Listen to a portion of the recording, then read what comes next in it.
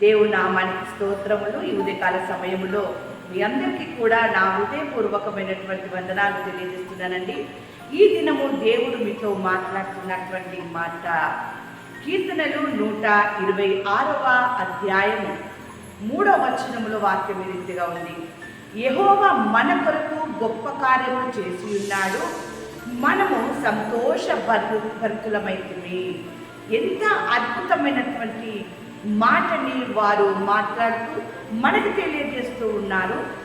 యెహోవా మన కొరకు గొప్ప కార్యములు చేసి ఉన్నాడట, మనము సంతోషభరితులమైతిమి.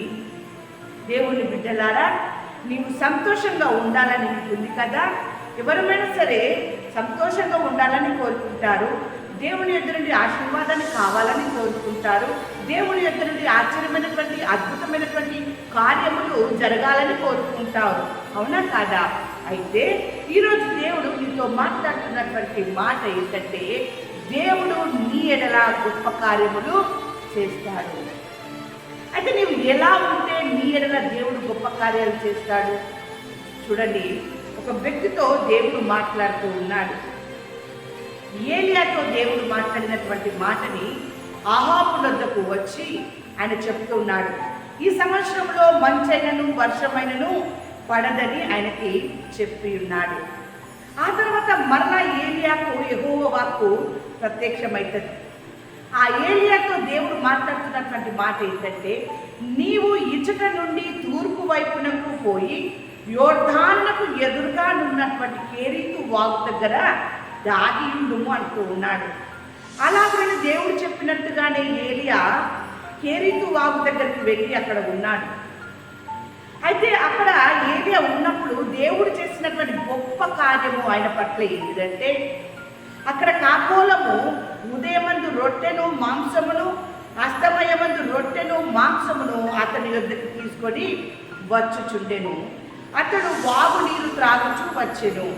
దేవుని బిడ్డలారా, ఇక్కడ జరిగినటువంటి అద్భుతము, ఇక్కడ ఆయన పట్ల చేసినటువంటి దేవుడు చేసిన గొప్ప కార్యం ఏంటిదంటే, కాకి ద్వారా, కాకోలముల ద్వారా రొట్టెను చేపలని అక్కడ దేవుడి యొక్క గొప్ప కార్యము చేసింది ఏంటిదంటే, దేవుని బిడ్డలారా, ఏలియాకి కాకోలము ఉదయమందు రొట్టెలు మాంసమును తీసుకెళ్ళినాయి, అస్తమయమందు కూడా రొట్టెలు మాంసమును కూడా ఏలియాకి తీసుకొని వెళ్ళి ఉన్నాయి. దేవుని బిడ్డలారా, కాకికి మాంసము దొరికిందంటే విడిచిపెట్టదు.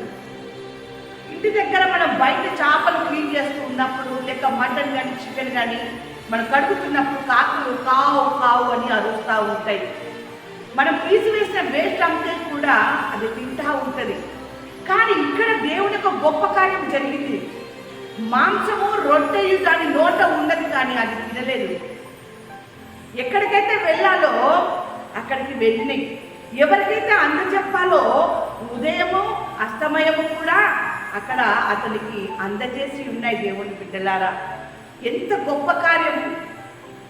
కాకి నోవాహు ఎప్పుడైతే ఓడల నుండి కాకిని విడిచిపెట్టాడో అది మళ్ళా నోవాహు దగ్గరికి రాలేదు. అక్కడ ఉన్న పీనుగలు అవి ఇవి తినుకుంటూ ఉంది. కానీ దేవుని యొక్క అద్భుతమైన కార్యం ఇక్కడ ఏలియా పట్ల, కాకి నోట మాంసం ఉంది, కాకి నోట రొట్టె ఉంది. అది ఎవరికి చెందాలో వారికి చెందేటటువంటి స్థితి, గొప్ప కార్యాన్ని దేవుడు జరిగించి ఉన్నాడు. ఈరోజు దేవుడు నీతో మాట్లాడుతున్నటువంటి మాట కూడా అదే. ఆ స్త్రీ తన కుమార్తె నిమిత్తమై యేసు దగ్గరకు వచ్చి ఎంతగానో గోచాడుతూ కన్నీళ్లతో, అయ్యా నా కుమార్తె ఇలా ఉంది అలా ఉంది అని చెప్తున్నప్పుడు యేసు ఆమెతో చక్కని మాట మాట్లాడుతున్నాడు. అమ్మా, నీ విశ్వాసము గొప్పది, నీవు కోరినట్టే నీకు అవును కాక అని మాట్లాడుతూ ఉన్నాడు. ఈ ఉదయకాల సమయంలో దేవుడు నీ జీవితంలో గొప్ప అద్భుతమైన కార్యము జరిగించాలి అంటే, నీ కుటుంబంలో గొప్ప అద్భుతము జరిగించాలి అంటే, నీకు పిల్లల విషయంలో గొప్ప అద్భుతము, గొప్ప ఆశ్చర్యము జరిగించాలి అంటే నువ్వు విశ్వాసంతో ప్రార్థన చేయి. విశ్వాసముతో నమ్మకముతో దేవుని అడుగు. దేవుడు చెప్పే మాటను విను. ఏలియా జీవితంలో చేసిన గొప్ప కార్యము, కనాను స్త్రీలో చేసినటువంటి గొప్ప కార్యము ఈరోజు నీ జీవితంలో కూడా చేయబోతూ ఉన్నారు. వారి జీవితంలో దేవుడు గొప్ప కార్యం చేసి ఉన్నాడు. ఉన్నాడు కనుకనే యెహోవా మన కొరకు గొప్ప కార్యం చేసి ఉన్నాడు, మనము సంతోషభరితులమైతిమి అని చెప్పి మాట్లాడుతూ ఉన్నాడు.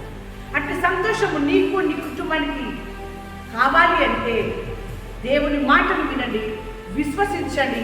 దేవుని ఒక గొప్ప కార్యాన్ని మీ యొక్క కుటుంబంలో జరుగును కాక. దేవుని బిడ్డలారా, దేవుడి యొక్క గొప్ప కార్యములు జరిగించుకోవడానికి మీరు నమ్మకం ఉంచినట్లయితే మీ కుటుంబంలో మీకు కావాల్సింది, మీరు కోరినది ఆయన మీకు చేసి మిమ్మల్ని నిండారుగా దీవించును గాక. ఆమేన్.